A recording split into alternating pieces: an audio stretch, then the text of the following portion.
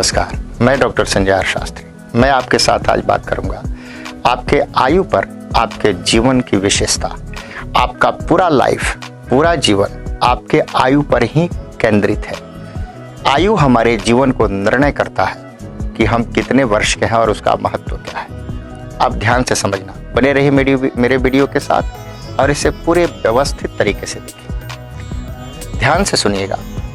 जब हमारा लीगल आयु पूरे दुनिया में अकॉर्डिंग कॉन्स्टिट्यूशन, दुनिया की जो है संविधान, ये बताया गया 18 वर्ष लीगल आयु। हम लोग जो आयु निर्णय करने वाले हैं हिंदी में बात करने वाले हैं। आप ये देखिए, 1 से 18 वर्ष तक जिस बच्चे की आयु है वो डिपेंड है माता पिता की। और देखिएगा, उस बच्चे के अंदर कोई स्ट्रेस नहीं है, बिल्कुल मस्त है, जो भी करना है माता पिता को बोलता है और उसे उसका पूरा होता है। लेकिन आपने कभी देखा, जैसे ही वो 18 से ऊपर इंटर करने जा रहा है, यानी कि 19 में, उस व्यक्ति के लिए भगवान ने एक बड़ा सुंदर, यानी कि संतों ने एक बड़ा सुंदर व्यवस्थित बात कही है। हमारे वेदों में भी कही गई है, उपनिषदों में भी कही गई है। क्या कही गई इसे सुनिए। हिंदी में वो शब्द आता है 19 का, उन ईश का मतलब समझना। उन यानी कि उस पर्सन के लिए, उस व्यक्ति के लिए जो आज 19 ईयर में प्रवेश कर चुका है, इंटर कर चुका है।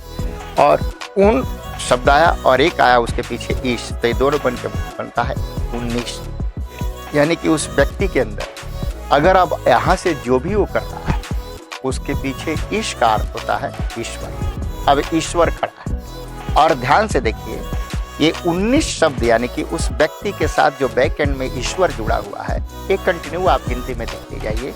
19, 20, 21, 22, 23, 24, 25, 26, 27, 28, 29, 30, 31, 32, 33, 34, 35, 36, 37, 38, 39, 40, 41, 42, 43, 44, 45, 46, 47, 48।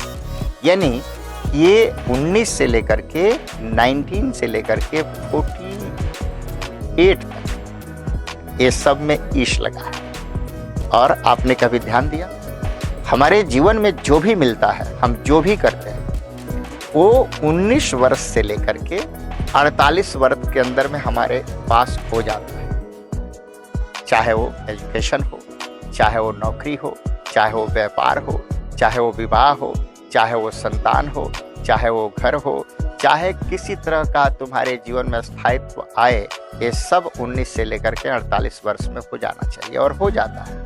और इसके पीछे कराने वाला कौन है? ईश, यानी कि ईश्वर।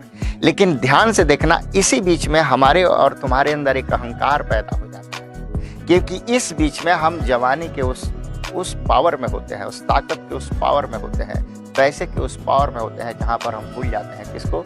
ईश्वर को। इसीलिए इसी बीच में भगवान कहते हैं कि मैं तुम्हारे बैक एंड में खड़ा हूं और तू इसी समय भूल गया।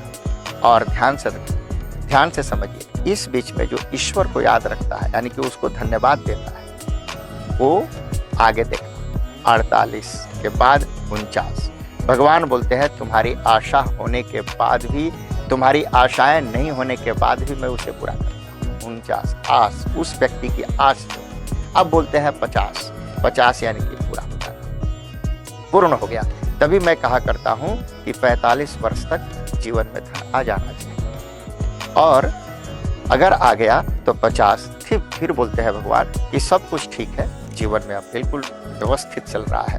तब 51, 52, 53, अब ये वानप्रस्थ की जीवन आयु पर निर्णय हो गया। यानी कि तुम घर में रहो लेकिन जीवन तुम्हारा वानप्रस्थ की तरह होना चाहिए। और अगर ऐसा है तो एक बात मान के चलना, तो जीवन को बिल्कुल परफेक्ट टाइम पर ठीक तरीके से जी रहे हो। और अगर जी रहे हो तो जीवन में कष्ट नहीं आना चाहिए। तुम्हारे आयु से ही तुम्हारे जीवन का निर्धारण है, लाइफ का निर्धारण है, कैसे जीना है ये निर्धारण है। अब देखते जाना 51, 52, 53, 54, 55, 56, 57, 58, अब 58 तक पहुंच गए। ये सब वानप्रस्थ में है। लेकिन इसके बीच में भी अगर हमें सुधार नहीं होता है तो भगवान ने आयु में लिख दिया 59। उनका मतलब है उस व्यक्ति के लिए जो अभी तक सुधरा नहीं। वो 60 का मतलब होता है मूर्ख। इसका मतलब अभी मूर्खता उसके अंदर चल रही है। अब बोलते हैं 60, यानी कि आप देखिए, आप बोला करते हैं भाषा में कि फलाना 60 आ गया है। 60 आप भी खुद बोलते हैं। इसका मतलब अब हमने उस व्यक्ति को मूर्खता में डाल दिया। तुम डालते हो, मैं नहीं, तुम डालते हो। तुम देखना, आप तुम्हारे प्रैक्टिकल लाइफ में तुम ऐसा करते हो।